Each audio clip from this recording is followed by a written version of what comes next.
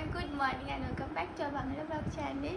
এখন বাজে 10:40, একটু আগে ঘুম থেকে উঠেছে। আজকে জানো ঠিক আছে কি কত বড় অসভ্য পটিতে গেছে, ঠিক আছে? হ্যাঁ, এবার ও গেছে গিয়ে বলছে আমার জোর পটি পেয়েছে, ইনু বেরো।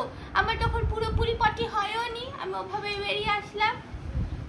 এবার মনে হচ্ছে যদি পরে যখন বিকেলবেলা যদি আজকে ফিরি ট্রেনে করে যখন ফিরবো তখন যদি পটি পায়, কারণ আমার সকালেই একবার হয়, আর হয় না। তারপর এটা তোর দোষ। এই দেখো আমাদের এটা গাছের কাঁঠাল, কত বড় কাঁঠাল হয়েছে আমাদের গাছে। দেখো কি বিশাল বড়। হ্যাঁ, ওই আমাদের গাছের কাঁঠাল খাবি? কাঁঠাল? হ্যাঁ খাবি? এই দেখো এটা হচ্ছে আমাদের বাড়ির বাগান, ওই দিকটা গেলে আরো আছে। আর এই দেখো এখানে কাঁঠালগুলো হয়ে আছে, দেখো কি বড় বড় কাঁঠাল হয়ে আছে। বাগানটা খুব ঝোড় জঙ্গল হয়ে গেছে, পরিষ্কার করাতে হবে। কুলার থেকে এই ঘরে আনছি এখন, কারণ ইনি এই ঘরে ভিডিও বানাবেন। কুলারটা আমাদের জান্দি খোলো বলে একটা চ্যানেল আছে, তোমরা জানো কিনা জানি না। ওটাতে আমরা সব আনবক্সিং ভিডিও বানাই, মানে যা যা প্রোডাক্টস আসে সেগুলো কি ব্যবহার কিভাবে করতে হয়, হ্যাঁ করতে হয়। জলদি খোলো চ্যানেলটাতে দেখতে পারো যে এই কুলারটার ব্যাপারে, ওখানে একটা পুরো ডিটেল ভিডিও আসতে চলেছে, তো চ্যানেলটাকে তোমরা সাবস্ক্রাইব করতে পারো। দাদা এখানে গিটার ফিটার দিয়ে সেট আপ করেছে, দেখেছো? আবার এটাকে আবার ঝুলিয়েছে, এখানে ফটোগুলো আবার এরম ভাবে লাগিয়েছে, এখানে আবার ইউইও ঝুলিয়েছে। ফাইনালি কুলারটা চালানো হয়েছে, কারণ ওই চ্যানেলে ভিডিওর জন্য, তো খুবই সুন্দর একটা হাওয়া দিচ্ছে। যদিও এই ওয়েদারে লাগবে না, কারণ এখন খুব ঠান্ডা ঠান্ডা ওয়েদার আছে, কিন্তু খুবই সুন্দর হাওয়া দিচ্ছে, খুবই সুন্দর হাওয়া, মনোরম।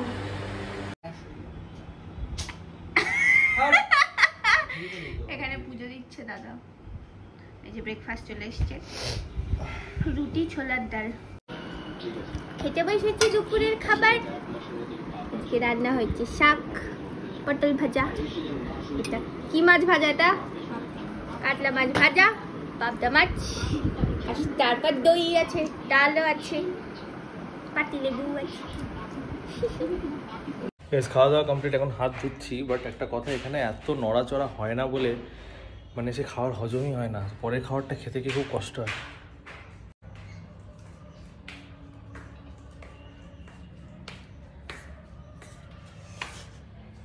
কেমন লাগছে তোকে দেখ বাবা, আসলে এরকম দেখতে লাগে। ওই জামাটা ছোট হয়ে গেছে, আয় না।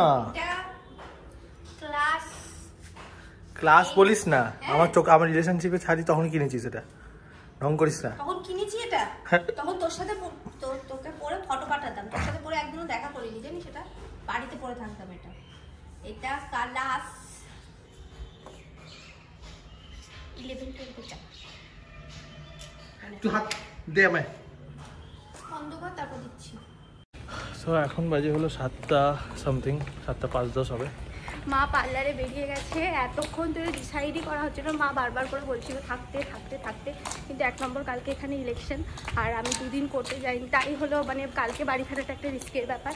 আর সেকেন্ড হচ্ছে আমি 2 দিন করতে যাইনি, এবার যদি কালকেও না যায় 2 দিন ছুটির পরে, একটা কেমন একটা বাজে সিচুয়েশন হচ্ছে, তো এই কারণে যাওয়াটা দরকার। তো এখন যাবো মার পার্লারে, মায়ের সাথে দেখা করব, করে আমরা বেরিয়ে যাবো। দিদা বাড়িতে ঢুকবো কিনা বুঝবো।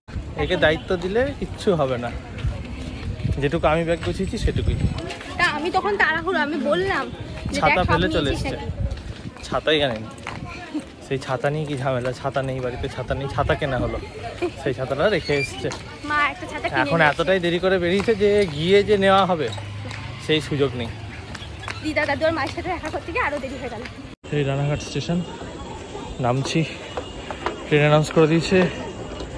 ও বাবা, এই ওয়েদারটা ভালো, ঘাম হচ্ছে না অতটা।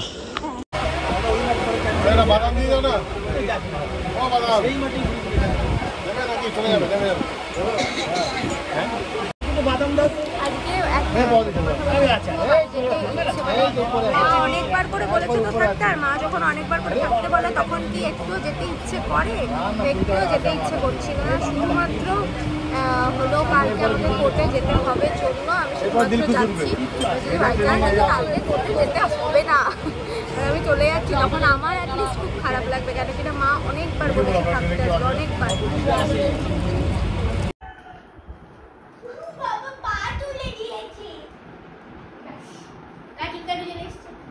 এই বাড়িতে ঢুকলাম আমরা, জাস্ট চেঞ্জ করে আবার ঘড়ি দেখাতে যাচ্ছিলাম। আর এখান থেকেই আমি সুগন্ধ পাচ্ছি, কারণ মা বলেছিল যে তোমরা আসলে আজকে বিরিয়ানি চাপাবো, চিকেন চাপ আগেই রান্না করে রেখেছিল। আমি পাচ্ছি, তুই পাচ্ছিস বিরিয়ানি স্মেল? খাওয়াটা কি ঠিক হবে? সেটা হবে না, কিন্তু তো খাবো। এই যেখানে বিরিয়ানি রেডি হয়েছে, কেমন হয়েছে? কেমন হয়েছে? সুন্দরই তো হয়েছে, কালারও তো এসছে। কেমন হয়েছে? গন্ধ খুব সুন্দরই বেরিয়েছে। আর চিকেন চাপটা দেখা, চিকেন চাপটা দেখে মনে হচ্ছে মালিক গেছে। বিরিয়ানিটা বলা যাবে না খেলে। ভালোই হবে। হ্যাঁ, নরম। খা তাহলে।